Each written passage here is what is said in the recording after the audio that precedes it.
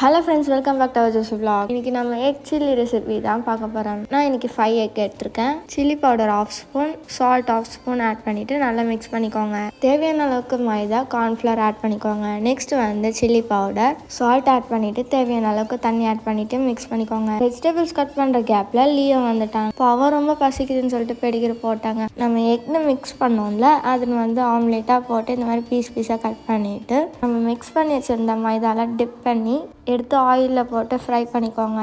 அதே பேனில் oil add பண்ணிக்கோங்க.